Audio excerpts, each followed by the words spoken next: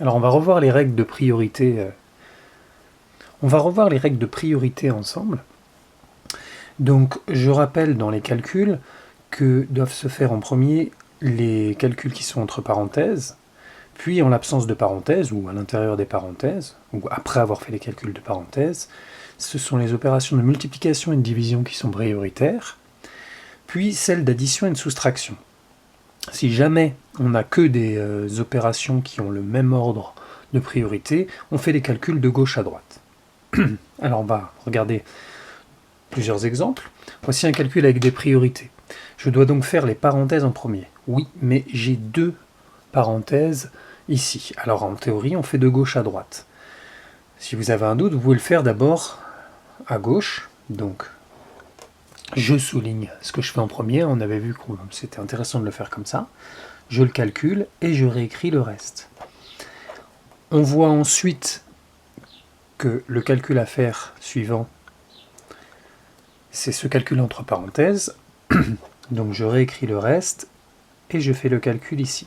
Petite remarque, on voit donc que en fait, ça revient à faire directement les deux calculs entre parenthèses. On aurait pu faire les deux d'un coup, mais on n'est pas pressé. Ensuite, je finis le calcul, ça fait 64. Je vous conseille une écriture comme celle-ci plutôt qu'une écriture en ligne. On va voir après pourquoi, quel genre d'erreur arrive souvent quand on fait des écritures en ligne. Voici un deuxième exemple. Pas de parenthèse. J'applique les règles de priorité, donc l'addition n'est pas prioritaire sur la multiplication, je dois faire d'abord la multiplication. J'ai donc ici 4 plus 7 fois 6, 42, c'est-à-dire 46. Je vais mettre un autre exemple, si j'ai que des multiplications ou divisions, par exemple. Donc si j'ai ce calcul-là à faire, je vais d'abord faire 10 fois 6, qui fait 60, puisque c'est le calcul de gauche, et ensuite je divise par 3. Alors, on a revu ces règles, maintenant on va expliquer pourquoi je préfère ce genre de présentation. Si je reprends le calcul précédent, souvent ce que je vois chez les élèves c'est ceci, et vous voyez sous la copie j'écris fausse égalité. Pourquoi ? En fait, la démarche est la bonne, c'est de dire je fais cette fois-ci en premier.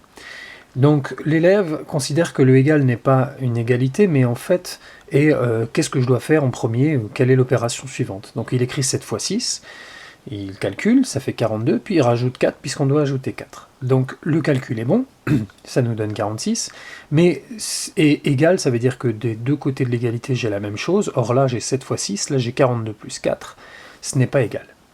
Donc ça c'est un premier problème, mais le second problème c'est que si vous prenez un calcul de ce type-là,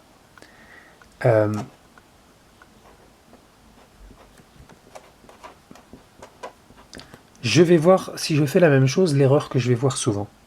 Je vais faire 10 fois 5, 50, et ensuite l'élève va rajouter moins 14. Et il obtient 50 moins 14, qui fait 36.